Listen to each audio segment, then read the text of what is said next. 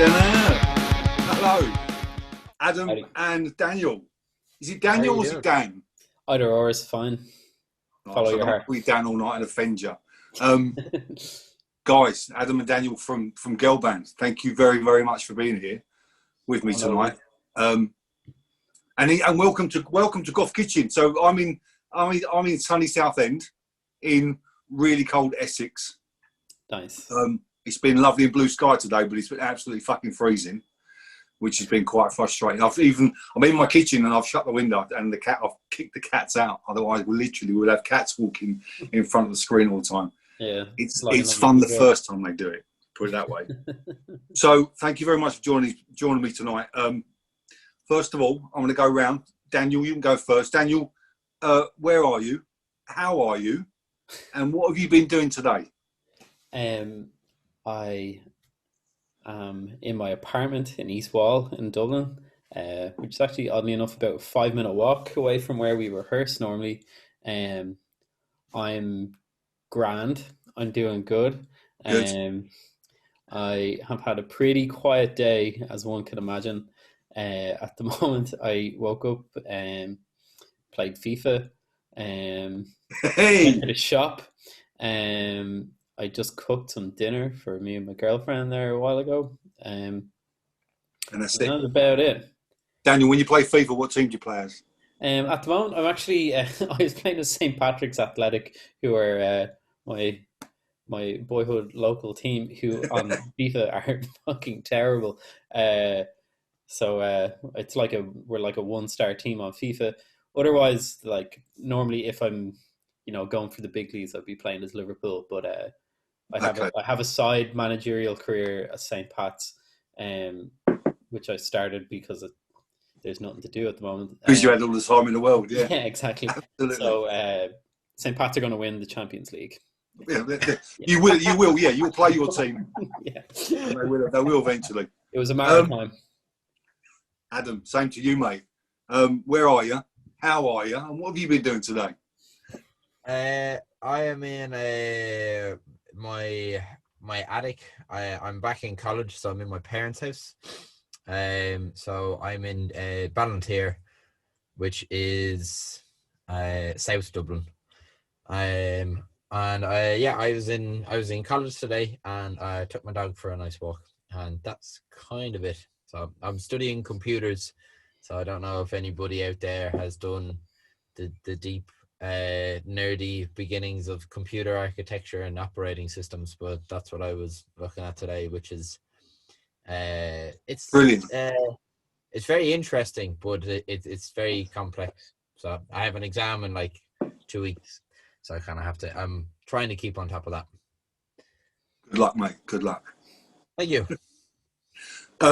Girl Band, 10th year. I made it. You formed in 2011. This is your big anniversary year. I know, we can't even do anything for the anniversary gig. Joe Talbot described Girl Band as the best band in the world.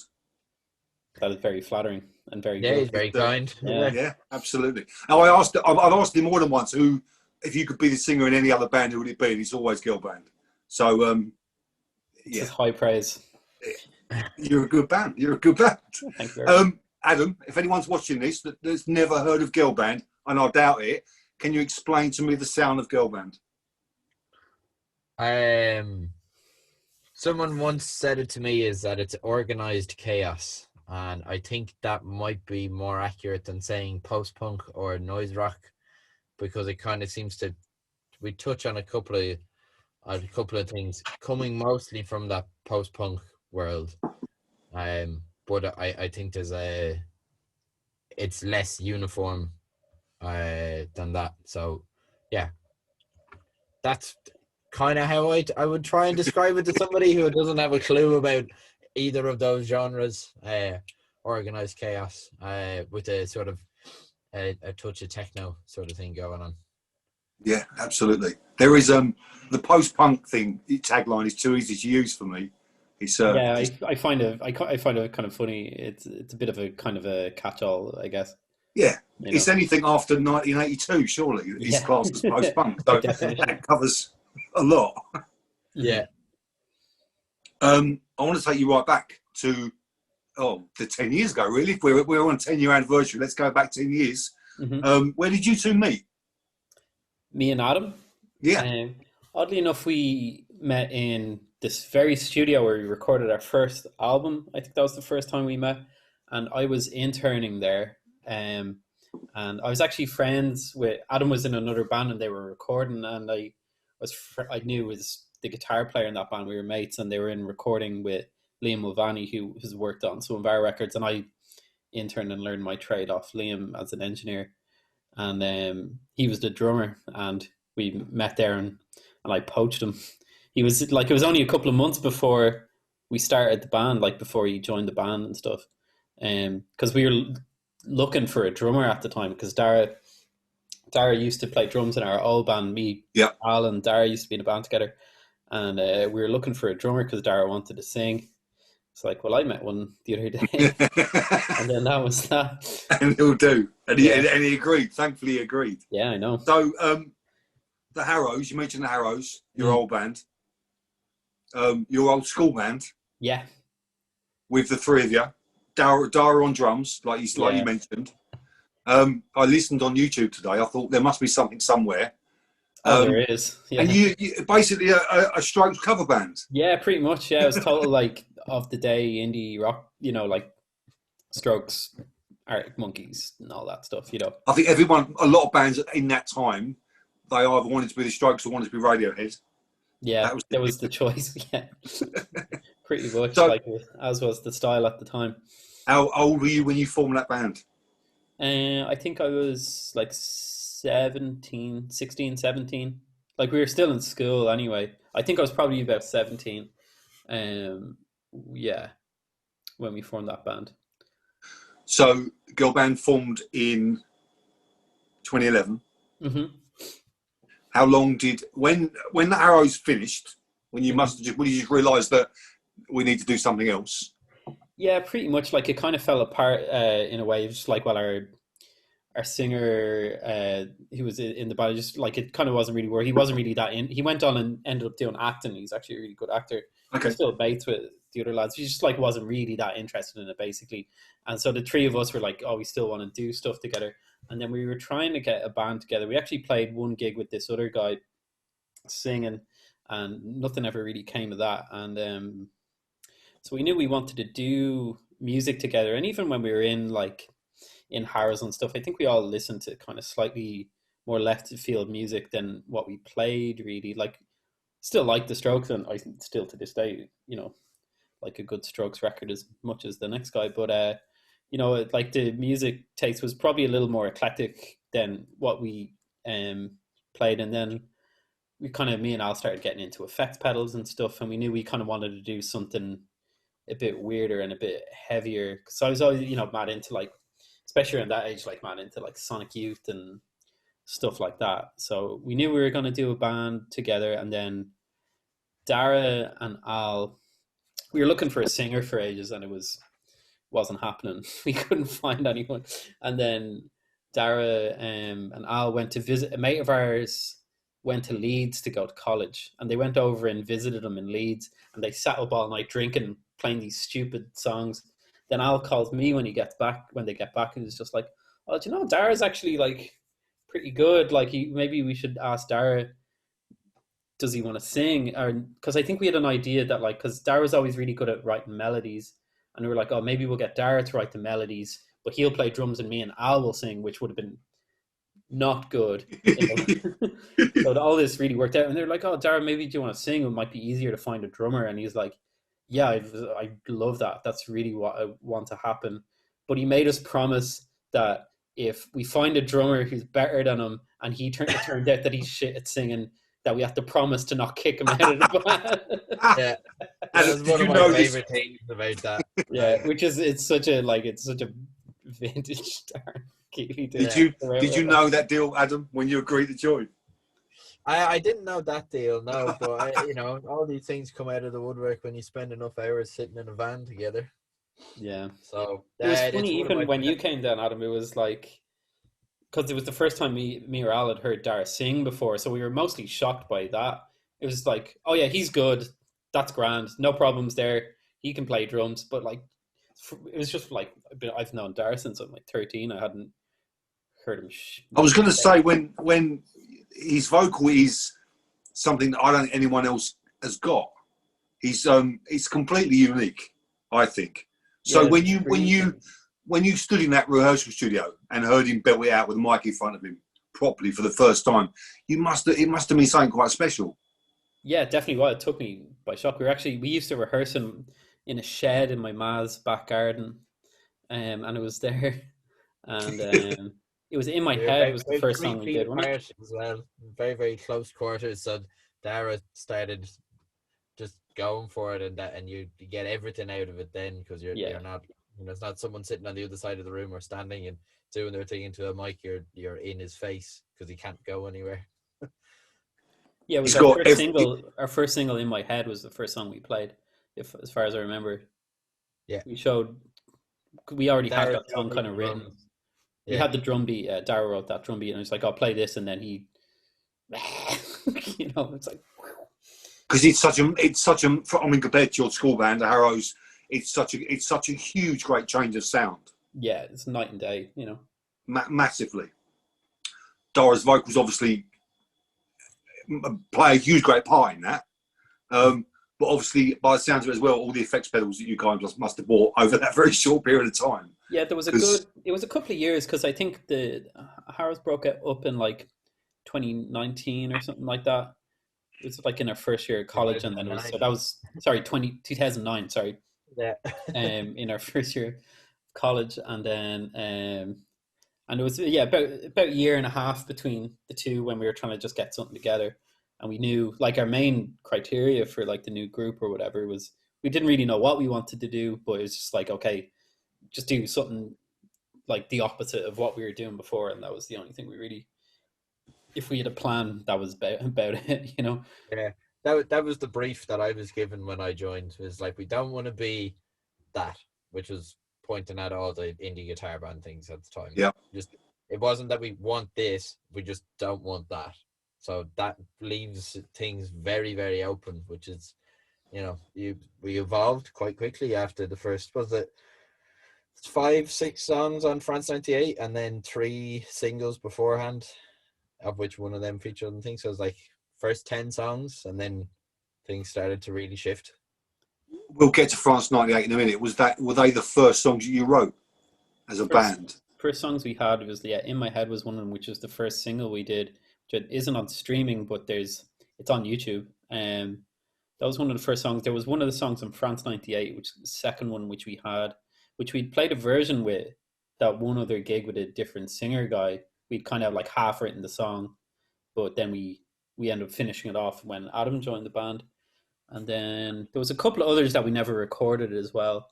And those were all kind of like, they were all slightly like different types of songs.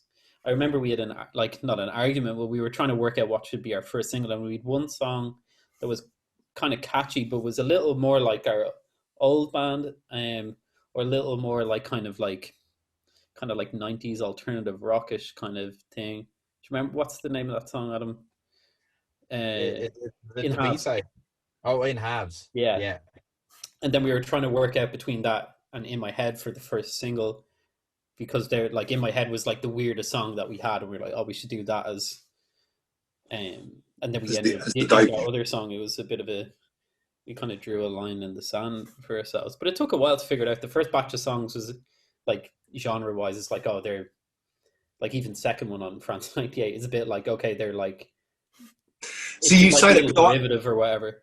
I still think now, looking back, I mean, I'm going over these years, 2 albums. You got the EP, you got the France '98, and then you got the early tape stuff came out as well on his separate own little EP. I still think the track second one is still one of my highlights of your band.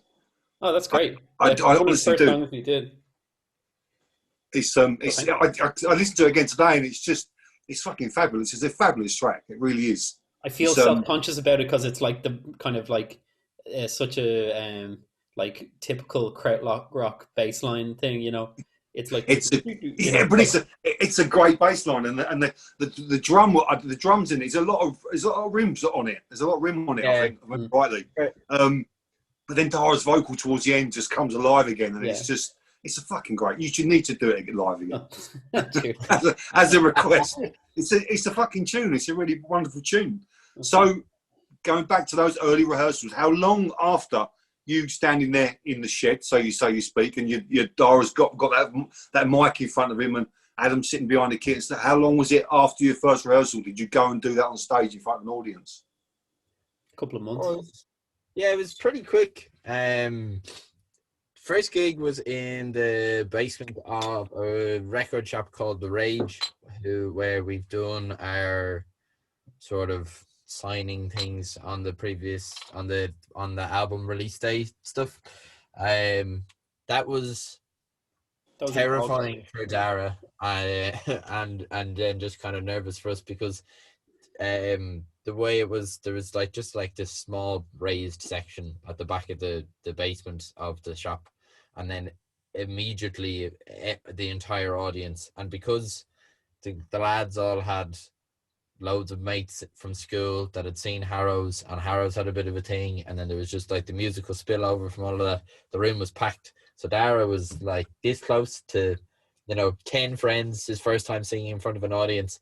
I think he had said he only had 2 beers for the night or whatever, and so he drank 2 Coronas as fast as he could to try and get a little bit loose so that he could deal with the pressure of the whole thing. And it was in August.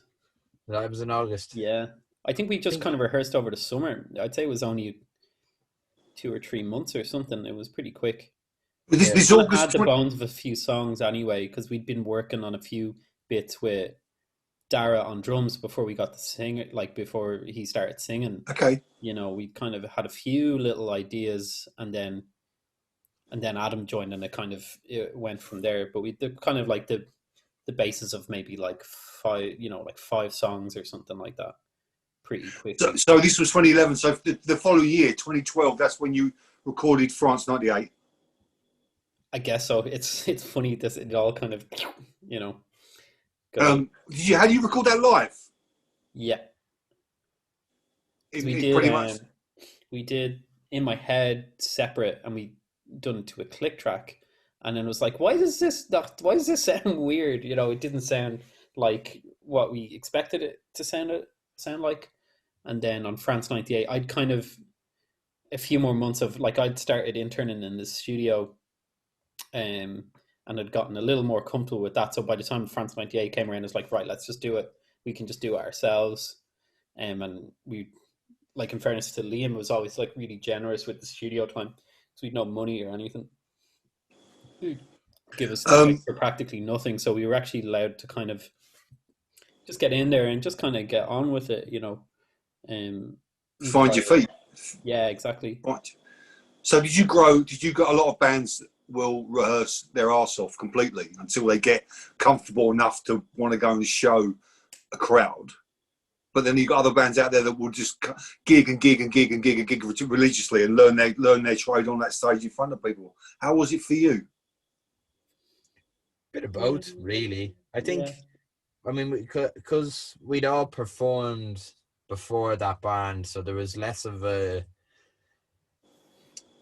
your first couple of gigs when you're figuring things out in your first band is always that's nerve-wracking. You're trying to figure out how a stage works, and know if there you're playing small things and you might not get a monitor, and you can't hear things properly, and there's just all that bit of getting used to. So I think for the most part, those initial bumpiness things have been ironed out. So we were eager to play gigs as ourselves, but also equally as eager to just write and try and get material out there, because the sooner you've got stuff, you've got something to sort of talk about and project with your music, as opposed to being oh yeah, I played 20 odd gigs. It's we got one single available for you to listen to, so pushing that. And then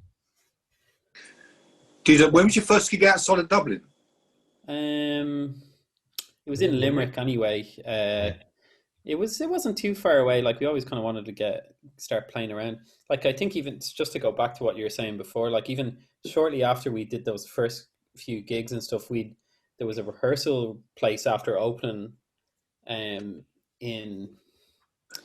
East Wall, actually the same building that we still rehearse in today. And around that time, it's like us and a lot, like Adam's other band at the time, a load of our mates all went down and started rehearsing there. So it basically became the hangout, like of just like we were just there all the time. It's like 2011, 2012 is like height of Irish recession. You couldn't get a job if you tried, you know, like it was like everyone had nothing to do. We're all in college and just wanted, it's like we have somewhere where we can go and play music 24/7 and hang around and drink cans and be, you know, 21 bunch of idiots, you know, and hang out and have a really good time. So I think we were just like really like just like went head first into it and just like we're kind of playing all the time. In terms of playing outside of Dublin, when was that? I have no idea when that Limerick gig was. I remember it being cold, so probably was maybe within 6 months of that August show. Yeah, it was probably in like the early the next year, like early 2012 or something. Yeah. There's a video of us playing and we're playing all the France 98 stuff. Okay. So well, we did play that venue. So Limerick is the one city apart from Dublin that we've played the most. Maybe London now, but yeah, I know what you mean. Yeah, we played there so many times. It held the record. It was nearly 1-1 with Dublin for a long time because we made the point of not playing. A big thing we didn't want to do was wear out a fan base at home where it's easy to get a gig or easier to get a gig and it's more convenient for you because it's say you get on a bus and you turn up and you play your thing. Yeah. That was always a drive, particularly coming from you guys because you'd been playing together for quite a while. So it was to try and see as many places and play as many places as possible without playing Dublin. And then very quickly coming to the realization that if you play Dublin less often, it makes the gigs more special. So if you want to play lots of gigs, you got to start playing outside of Dublin and get going on that pretty quick. And the standard of gig that you'd be playing outside of Dublin is probably much the same that you'd be playing in Dublin anyway, because you're small and unknown. So you might as well try and get down to, I don't know, we were in Limerick and then we were getting gigs in Cork and Galway. And then I know we played like a weird gig in Offaly.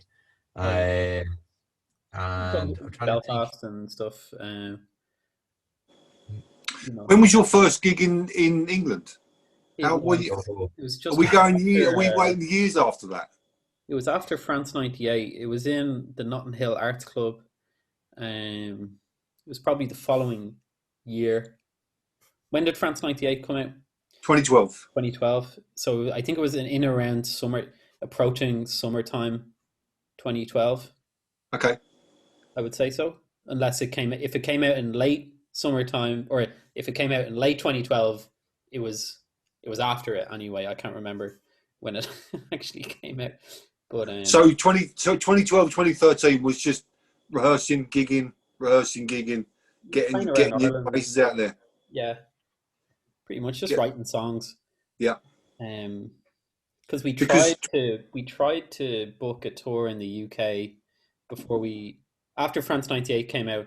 We ended up getting a booking agent who is Sarah Baynard, who's still our booking agent, and it was funny. Al, our guitar player Al, tried to book a tour in the UK like 3 months before that, and just like no reply from anywhere. And then Sarah comes on board, and like 3 months later, we're playing all the venues that didn't reply to him the first time around. It was definitely an ambition of ours to just like start playing outside of Ireland and start getting over to the UK, because like it's become a little more common, or it's becoming much more common now anyway, of like off your own bat, like for Irish bands to head over and like try and crack into the UK off their own back, which is it's hard like over here because it's expensive, it's just kind of a bit of a tough nut to crack.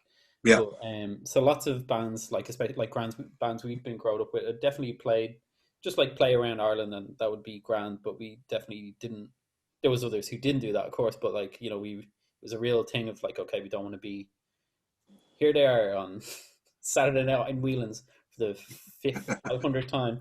Yeah, just become a house band, basically. Yeah, like it's like Ireland it's a small country, you know what I mean? There's only so many people here, and we just really wanted to. I know it was like at the time we were all really inspired by like, especially like the kind of like DIY American bands, like Fugazi and the Minutemen and stuff, and all of that stuff is about getting the rubber on the road and really making a go of it, not for the joy of the whole experience more than anything else. And we were really into that around then, just like getting out. In 2014, you released a little flurry of singles. Mm-hmm. Cha Cha, Lawman, and obviously the wonderful cover of Hide the Bodies. These were released on the Rough Trade. They were. That was on a compilation after the fact, though. All of those were initially released on Any Other City, which is an independent Irish label. Apart from Why They Hired Their Bodies, which was actually just on a compilation. This guy called Ian Mullaney used to run a record label, and every year he'd put out, 15 Irish bands doing covers of songs of the year that had come out that year or whatever. It would come out around Christmas time every year, and that's how the Bodies thing came. It was actually it's on a cassette. It was just a cover on a cassette of local bands, basically, and that's where that came. It was a fucking good choice for a cover, because it's certainly it's legacy now for your band, that cover. Yeah, it's funny the way it became such a big kind of tune for us anyway. Like it was definitely a bit of a turning point figuring out how to do it. Like when we were like writing the cover, as it were, like, because obviously doesn't bear that much resemblance to the song really, but in terms of like incorporating the dance music thing and kind of having more abstracted song structure, I feel like that was a bit of a turning point in terms of where we went with kind of. The thing is, it sounds so girl band. I know it's a cover of a dance track, but it's so girl band. It's got your entire name and feel all over it. I honestly think most people haven't got a clue it's a cover anyway. I think it's just one of your tracks. I do think that's the case. Dara used to state that it's a cover at gigs, and I don't think he does it so much anymore. Well, I can't remember. It's been so long since we played the show. I don't think many people have ever heard the original at all. So the original is great for anybody who's watching this, by the way. It's off an EP by Blauen called I think it's his, he, her, and she, I think is what it's called. It's only on YouTube. It's not one that he put up on any streaming thing. Okay. And it's the lead track on it, and it's great. We were the way that worked out is that tune came out that year. We're supposed to do a cover of a song that came out that year, and two people that we were sharing our rehearsal rooms with at the time were a techno duo, and we were just looking for a song, and they just popped in. We're like, oh, why don't you do this? Try this out. And I think we did pretty well out of it. We tried like a whole solid day of working on it, and then took a break, came back in, and was like, okay, now this feels good. Let's just stick with this for the sake of not wanting to change things up. Came back in, whatever next time around it was, and it just felt and sounded really good. It was a lot of fun to do. It works, but it just works, doesn't it? It's perfect. Yeah. There was a trick actually with that as well, which we had done. Was it hand swaps that Al does that big delay drop on them? Yeah. So I'd figured out this trick, and it's a modulated delay pedal, and it's the speed that he turns up, and then as you speed it up, and then if you whip it back down to low, it does this big sub drop, which is that big gigs at the start. So I had figured out, when he was doing that in a different tune, I had figured out that if we split his signal out so it was going into a bass amp as well as a guitar amp, we'd get more of the bottom end out of it. So as soon as we figured that out for hand swaps, and then he was like, I can put that in this song. And that just had, he's got a trick sort of thing to do for it. It's a trick, like, you know what I mean? It's like, I'll just, So tell me about Rough Trade. When did Rough Trade come in? I think the first Jeff Travis saw us at the Great Escape, which I got in 2014, I suppose. or maybe, yeah, it would have been 2014. And then I think he came down to see us again when we played in London. What's that venue again? With the weird arches, Adam. Do you remember we were in? It's like playing in a Wendy house. Jackwell Arms. Yeah. Yeah. Weird arch. And that was the first time we were aware, I think, that he was there. Is like, because this guy James Parrish was managing us at the time. I was like, oh, Jeff Rose here, and so we were. I think we just kind of, because France '98 had done well and Lawman had done well and stuff, and it was around that time there was a bit of a buzz, like when we'd play, we'd gotten a few good features and had a few like well attended gigs. It was at the time where when we play in London, people would actually come to the gig, you know, which was nice. And so there was a bit of buzz around the band at the time, and it was pretty straightforward after that. Like I think they just approached us, and it's always been a very easy relationship, you know. Like they were happy to let us do our own thing, and that was the thing that we were like sticklers about. And it's like, oh, we just want to we want that freedom to do whatever we want to do. And then they were like, are and remain to be totally cool on all that kind of stuff. And it seemed like it was a no-brainer for us. It's like, look at the back catalogue, you know, it's just like loads of bands. Because you produced the band as well, Daniel.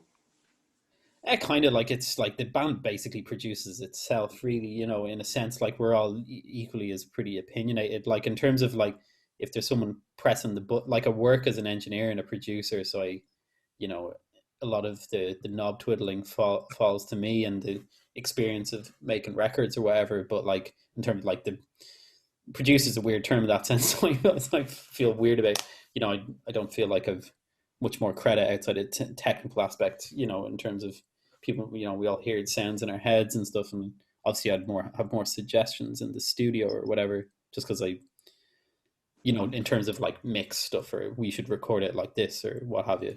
Yeah. You know, but it's, you know, it's very even keel, you know. 2015, Jamie was released, your first full album.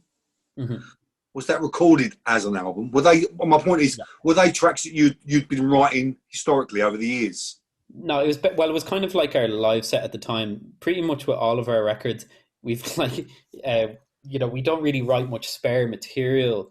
Like we never really, unless something's ended up on a record, we've never really finished it normally. Do you know what I mean? There's no like hidden songs apart from the first few when we started the band. But if we've gotten to a point where we've actually finished a piece of music, it's always been on the record. But that was basically like the live set at the time.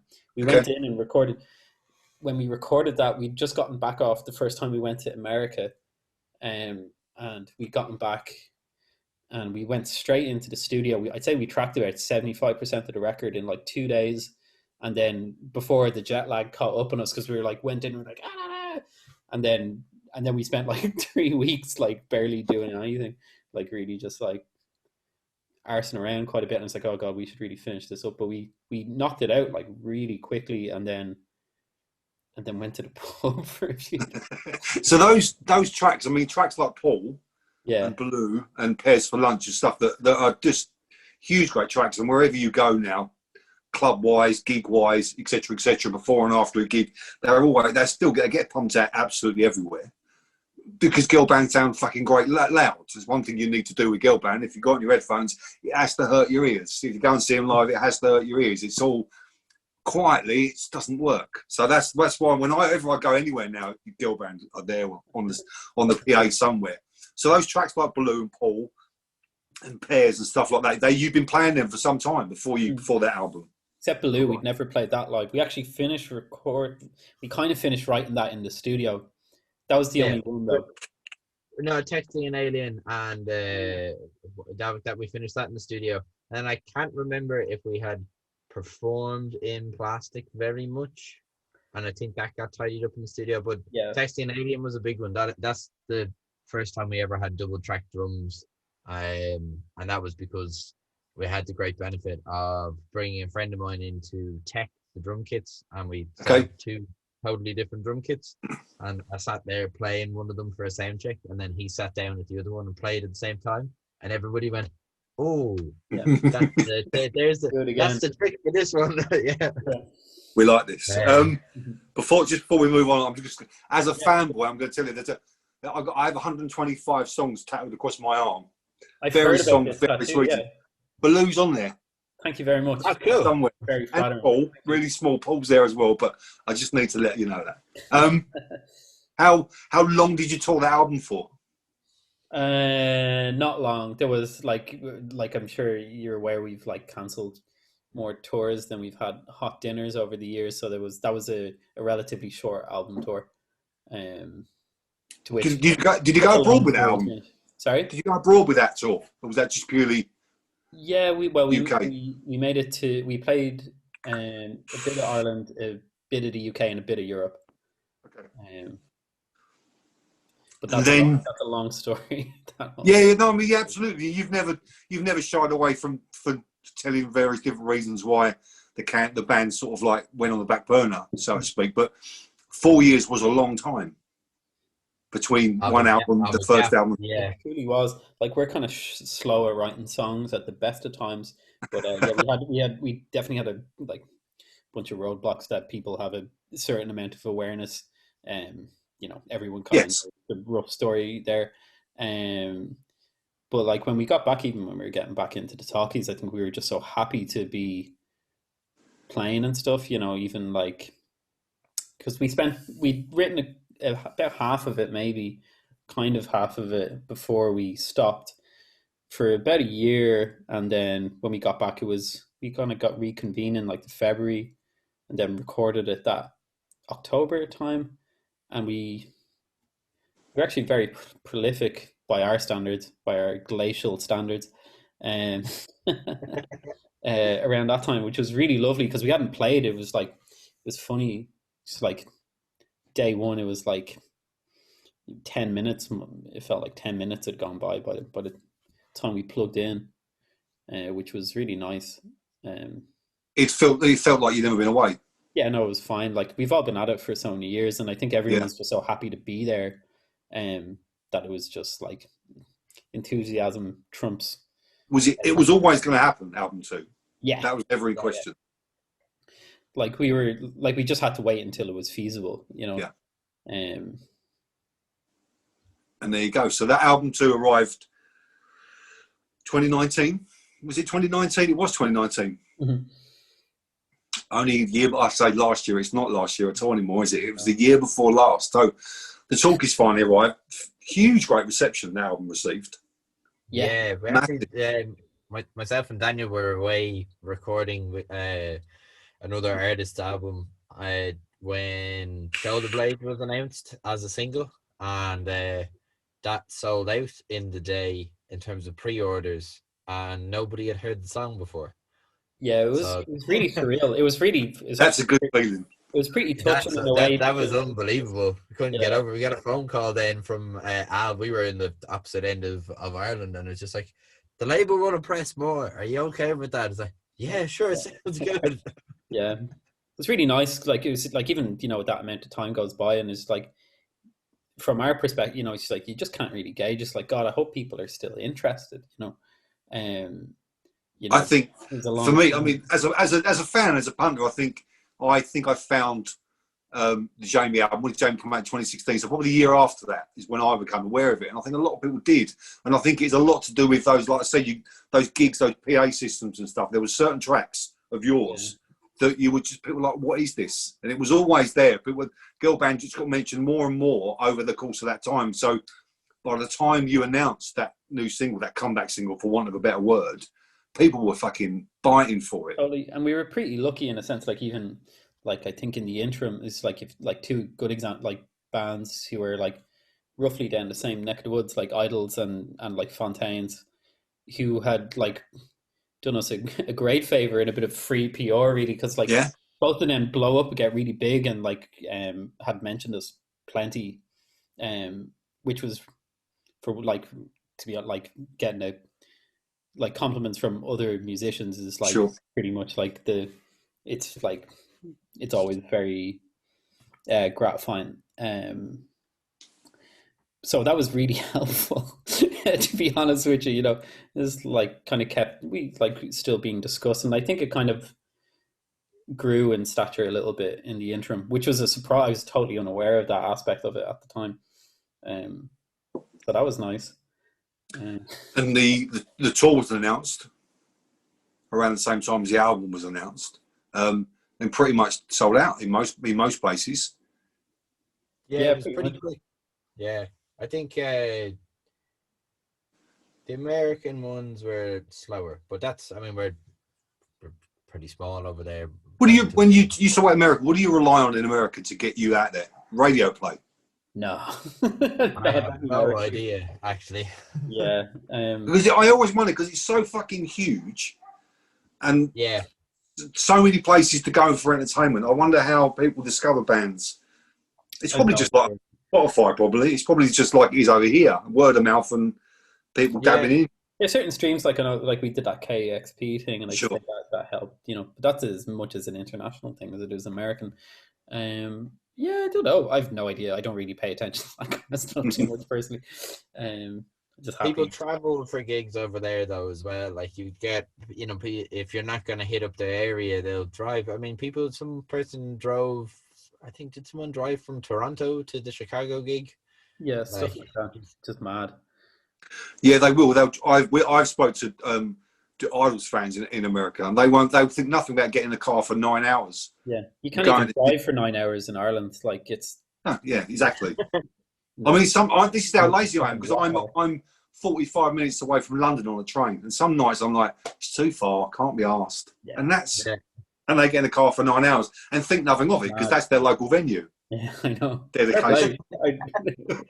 It's very admirable. Driving through deserts on the way home, it makes no sense to me.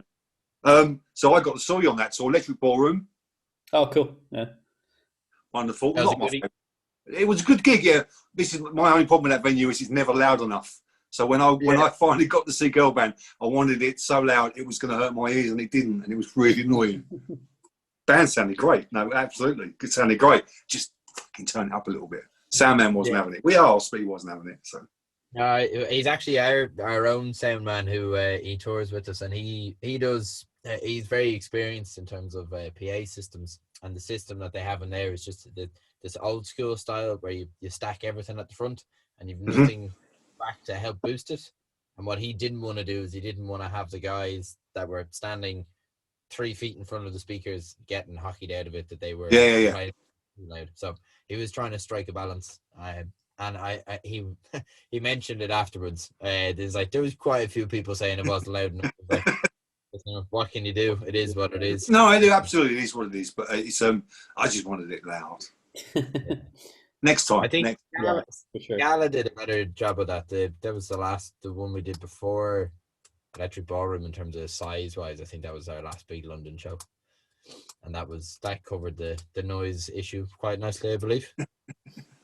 So we'll go back to that. So that you toured, how long did you tour that album for? If that come out in September 2019, did that go over into the new year, or did it finish up? I think we finished up before Christmas. Like we tend not to tour for very long compared to most groups. We're probably do it tired of the amount of gigs. We don't really play that much these days. That just makes you more desirable, though, doesn't it? Well, to be honest, we'd planned on like coming back in 2020. Like we were obviously gonna be playing throughout the summer and everything. And I was like, we were doing another UK tour because we'd only played like Manchester and London, and obviously there's more places than that. I was going to say 2020 arrived, obviously, 3 or 4 months after that album dropped. Exactly. All of your plans and everyone else's plans to go and promote these albums, it fucked up. It went wrong and never happened. We were glad we got the initial tour in, which is more than we got to do on the first one. So it's like, it's the little victories, you know? Yeah. There's still a lot of albums. I mean, Idols albums, for one of them, Ultra Mono, that come out in 2019 that still hasn't toured. And now one tour now till 2022. It's fucking mad. Everyone's probably just been writing songs. They'll have another one by the time. I've spoke to 3 or 4 bands over this last month who told me that they've got an album coming out, hopefully this year, but whilst in lockdown, there's another album already written and recorded. So I think 2023, 2024, there's going to be so many fucking albums coming out from everyone. Yeah. Bring it on. That's what I say. Yeah. So 2020 was going to be, like you said, festival performances. Yeah, a bit of that. Like we weren't going to tour heavy or anything, but we were just like going to do. There was a UK run, and then we were going to come home, and then we, do it at home, go out and do a couple of dates in Europe, but just to be, a bit more comprehensive, and then try and, but then you start getting in festival season, which is that can be as busy or as quiet as you so wish. Really, you could try and do. I think we did one weekend pre Holding Hands with Jamie where we managed to do was it 4, certainly 3 gigs or 4 gigs in a weekend, and we were in Luxembourg, London and Poland all one night after the other, which is, and I think there was something else on the top end of that as well. So I mean, like I said, you can be as busy as you want to be with festivals. Everybody has them on. So not going to see Girl Band in 2020, you rubbed it all in by releasing the live album, which was... Well, we planned that on it. Well, it was meant to come out for a record store day, which ended obviously, well, it did eventually when they... Okay. I was going to say, was it planned? Was it just a case of... Yeah, it was, yeah. It was always going to be there. We recorded that gig, the Vicar gig in... I guess that gig was in November, so we recorded that purposely with... Yeah. Like before COVID, it was mixed, and I'd mixed it and everything. It was done. It was ready to go. It was probably pressed before or at least sent to press before COVID even happened. So we're now looking. Dublin. What does lockdown look like? Are you coming out of lockdown in Dublin? Where are you with it? Well, we're behind you guys certainly. Like obviously the UK is way ahead of the rest of the world. Yeah, the EU certainly, we, things are improving slowly, but they don't know. They're being very. It's a ridiculous question. I do apologise. No one fucking knows. Yeah, we don't fucking know, basically. So next time year, in the summer, like we're all supposed to hopefully be vaccinated during the summer, but it's kind of slow going, and because that's the thing, because leaders are keeping their fucking cards close to their chest on the matter, to be honest with you. Because now, also Boris just told everyone in the UK, in England, 21st of June. There are now gigs, tours and festivals just appearing this week, fucking everywhere, for June, July, August, September, and it's never ending. And I wonder, your announcement, your only announcement, obviously you've announced for Idols next year. That's across Europe. Yeah. Early January now, in fact. That should be good fun, I reckon. Yeah, totally. Well, it was meant to happen. It was meant to be already done and dusted. It'd be cool. Be like, I've met, I met Adam before, and very briefly Joe, but yeah, they seemed like really nice guys. Obviously, like Al has been, was doing the BIM. Was doing the gangs thing with the other two, yeah. Yeah, exactly. They seem obviously like super nice guys, and playing like, I think they're obviously doing very well. So like playing bigger rooms than we'd probably be doing, and just hanging out and playing a load of shows would be. I mean, the things that more than anything, they're massive fans of you guys, and I think one thing that Idols have always done whenever they can is get a support act on that bill that's going to push them, that's going to make them want to go and fucking just try and go that one step further than what you've just done to warm up the audience, so to speak. But I mean, I know how those guys feel about girl band, so they'll be blown away. They've always been like super, like real support, like, or just like not shy about the fact that they like the group. But even like a lot of the their supports on both those tours, of the UK one as well, and the European one that we're doing, like the supports in general are really good. Oh, absolutely, yeah. Like Sinead O'Brien on the UK thing, and Jenny Bett and stuff, and then we'd be friendly enough with the Bambara guys, who were doing the second half. I think we we stop one day and then they start the next. So hopefully we'll get it. Is there not a gig where you're both together? No, we're doing. I think there's 2 Paris gigs, and we're doing the first one, and then they come on the second one, and finish up from there. So I think we might have to see if we can stick around for an evening. Yeah, you will need to. I'm gonna try and blag my way into that first Paris gig because I need to see Porridge Radio girl band Idols on the same night. I think will be quite special. I think that's the gist of it. So after that, that's early next year. What do you think will happen after that for girl band? Just getting out there, playing a few gigs. Like we're working on songs and stuff. We'll be doing plenty of that. Yeah, it'd be like working on a record, I suppose. Eventually another album. Like we've been working on a bunch of songs for the last while. Like we can't do much of it at the moment. Like we've been on lockdown, like proper lockdown since Christmas. Yeah. So we can't do it, and like we're not the kind of band who write separately. No one writes riffs and say I have this riff and I think this would be a good song. Like all of our stuff.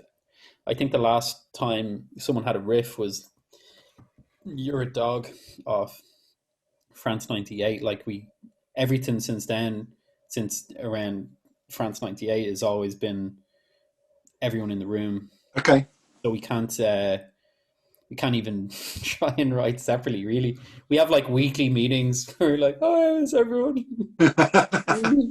You're not trying to write over Zoom yet. It's not come to that. No, it hasn't gotten that. I don't think they'd let me. I don't know if I live in an apartment block. I don't think my neighbours would appreciate like girl band bass coming through the walls. I'd give it a try. Listen, guys, we've been talking for an hour. Thank you so much for joining us. It's been very insightful, and long may girl band continue without a shadow of a doubt, because it's a wonderful, beautiful noise. Cheers, man. And it's very much appreciated by an awful lot of people. We're going to finish up tonight, like I always do, with a quick fire round. So, if you don't mind, go for it. You've got 20 questions each. It sounds a lot, but the whole idea is that the answer straight off the top of your head. Cool.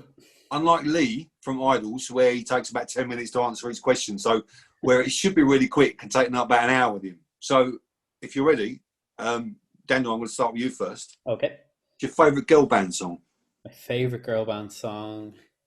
I love Fucking Butter. Adam, same question. Favourite girl band track? I was going to say that as well. You can? No, I'll try to pick a different one. I always love playing Texting and Alien, and we don't play it anymore because we can't do double drums. So I'll go Texting and Alien. One day. Dan, favourite fish? My favourite fish? To look at or to eat? Whatever reason. What's your favourite fish? Oh, I would have to say the common trout, I believe. The common brown trout. That's a very far-show answer. I'll take that. Thank you very much. Adam, what would be your dream support slot? If you could support anyone, past or present, who would it have been? Oh, dear. I lightning bolt. If I'm trying to be fast about my answer, okay. I'm a big fan of what they do. I got to see them when we were in Utrecht last year, and they are crazy loud. Like the drummer's monitor is as much PA as you have in small venues. That's what they roll out on stage. It's ludicrous. Yeah, but I think I would really like to just actually hang out with them. So I would happily support them just to have a drink with them. Daniel, what's your favourite film of all time? My favourite film of all time might be, I love The Great Escape. I love that film.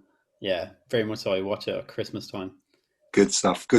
Adam, Dave Grohl, yes or no? Yes. You're a drummer. You're going to say yes, isn't it? There. Okay. You're probably the wrong person to ask.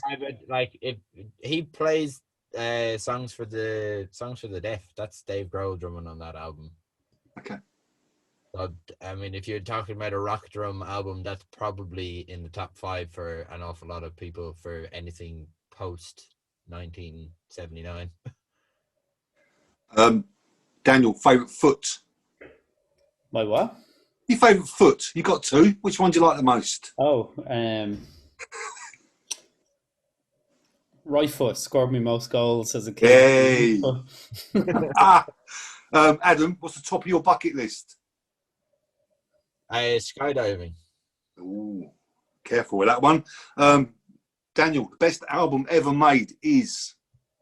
Best album ever made. Top of your head. What's the first one you thought of? It's the White Album.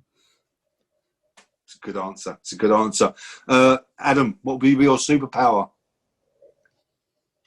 Oh dear. I've actually thought about this before. I'd love to be able to speak every language in the world that has been passed, that's like dead languages, ancient languages, and all languages around now, because I think your ability to absorb knowledge and communicate it all will be outrageous. Most people just want to be invisible. Yeah, I know, but I think that's really pervy. Daniel, your favourite smell? Favorite smell?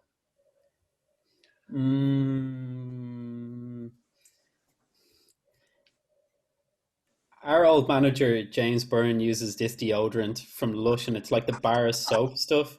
You know, bar of soap deodorant. Yeah. Lush. Yeah, I really like the smell of that. It's really nice. And he constantly smells like it, and he always smells really good. So either that deodorant or James Byrne. Adam, Oasis or Blur? Blur. Wrong answer. Just for the record. Daniel, what posters did you have on your bedroom wall as a teenager? I'm wondering if any of them are still up. My sister bought me this. If you look across my apartment in the distance, you can see a Cramps poster. Nice. And that was one of them. I used to have the obligatory Frank Zappa on the toilet poster, which is a good poster. Lots of like, mostly I used to cut out pages out of like The Enemy and stuff. That's good. We all did that. And Liverpool Football Club, of course. Adam, Marmite, yes or no? No. Oh, really? I plugged my thing out, so I'm just going to run around the back and plug my computer back in. He's off. Sick. Here he is back again. Mm-hmm. Daniel, the best band ever are or were? Oh, obviously the Beatles are the best band. If they made the greatest record, it has to be the band that did it. Adam, Spirit Animal. It's not something I've ever put any thought into. If you could be an animal, which one would you be? A flying lemur. Okay. Oh, yeah, Daniel, Daniel, who played you in a film? Who played you in a film, Daniel? Who would play me in a film? Oh God, that's a hard question to answer. I used to wear glasses when I was younger, and it used to really annoy me that people would say I looked like Ed Byrne. I don't want Ed Byrne to play me, but people used to make that remark, and I didn't appreciate it. But now he will. Now he will. Now I will, because it will give me an answer to this question. Thank you very much. Adam, your favourite Idols track? I don't have one. Oh. I can't. You like them all or think they're all shit? One of the two. It's fine. Daniel, what's the strangest thing you've ever eaten? I visited family in Australia before, and I ate some weird things there. I ate these little ants who like eat sugar stuff, and they taste like sugar. I ate these weird little ants before, and they were okay. Just tastes like sugar. It tasted like sugar, but I didn't feel good about the fact that I did it. Adam, cats or dogs? Dogs. I have one. Daniel, what's the best Christmas present you got as a kid? Best Christmas present I got as a kid. Oddly enough, I'm going to say a Christmas present that wasn't bought for me, but was bought for my sister. She was given this little boombox, little tape boombox, and I had a little mic in it, and I stole it off her eventually, and used to record all of our rehearsals, and the sound off it was brilliant. I used to love it, and I used to take old cassettes, and if you tape over the top of a cassette. Yeah. And so we used to record all of our rehearsals over a Phil Collins live cassette, double cassette, and I still have them. And I think that was the greatest Brilliant Christmas present in my house. I got a lot of use out of that. Adam, 60s, 70s, 80s, or 90s? 60s. Daniel, tea or coffee? If I had to have one for the rest of my life, I would say I'd have a cup of tea, please. Cup of tea. Yeah. Adam, favourite film ever?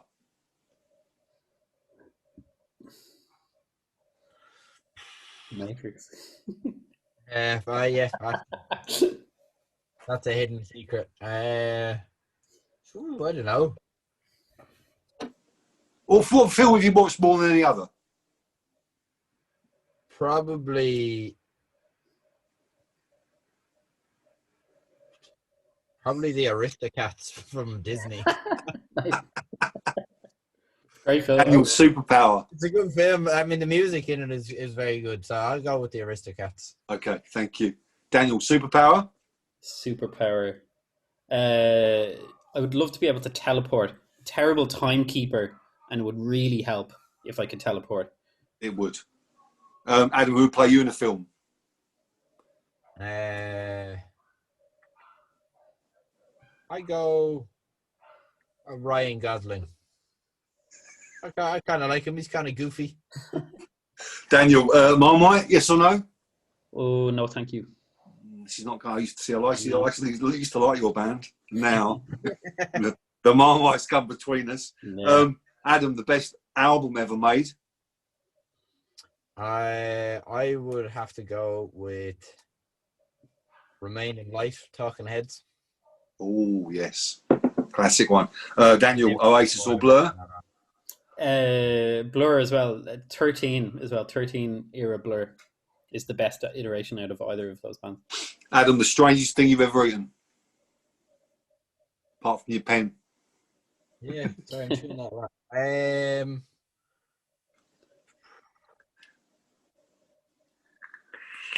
You ate the pineapple pretty. Yeah, you ate a whole pineapple before. Well, yeah, I ate a pineapple. Skin and all, like you ate a skin. Pineapple. Particularly weird. Pineapple's not a weird thing to eat. The skin of a pineapple is pretty weird to eat. Yeah, it is. Okay, go with that. No, go with that because that's not normal. That's not normal at all. Daniel, your favourite Idols track? I like Danny and Delco. Adam, your best Christmas present as a kid? I used to have a remote control, Fisher-Price remote control car, and it never ever broke. And that thing probably served me 5 or 6 years, and I had a great time with that. So definitely that. Daniel, your favourite comedian? Favorite comedian? Ed Byrne. Not Ed Byrne. Certainly not Ed Byrne. I don't know if comic actor. Yeah, I do.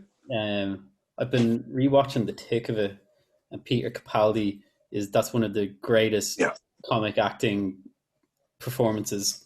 It is. It's incredible. He's so good. Adam, the best band ever were The Beatles. It's a lot bit of unity there. I like it. Yeah. Daniel, cats and dogs? Cats. Adam, your favourite smell?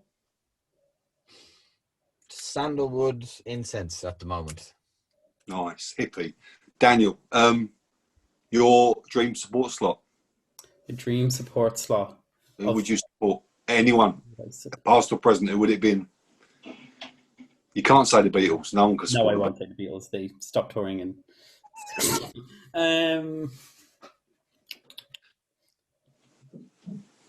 I think I think it would have to be Nirvana.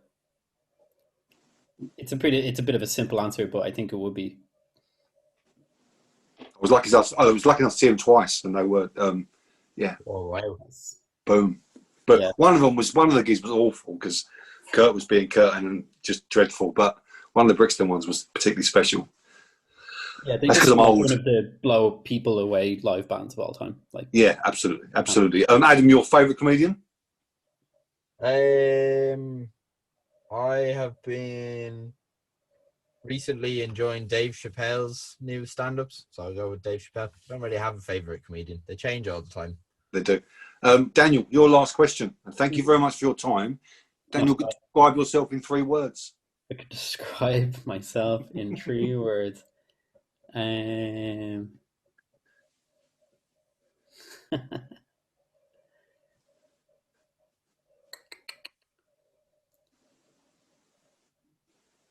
I will pass. Okay. Daniel, describe Adam in 3 words.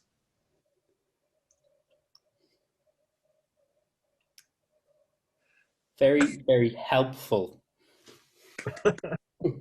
Adam, describe Daniel in 3 words. Quiet but deadly. Oh. Adam, girl band, Daniel, girl band. Thank you so much for your time. No problem, man. I'll let you get on. Thanks for having us. Nice. I'm looking forward. Yeah, thanks very much. That's okay. It's been lovely to have you. Thank you very much for agreeing to join us. I'm looking forward to next year, so we can, or this year, whenever you're allowed out and we're allowed out, and as are we, jump around to your band in hopefully a louder venue than last time. For sure. Nice, man. Thank you very much, guys. Cool. Thank you very much. Adios. Take care. Bye bye. I'm gone.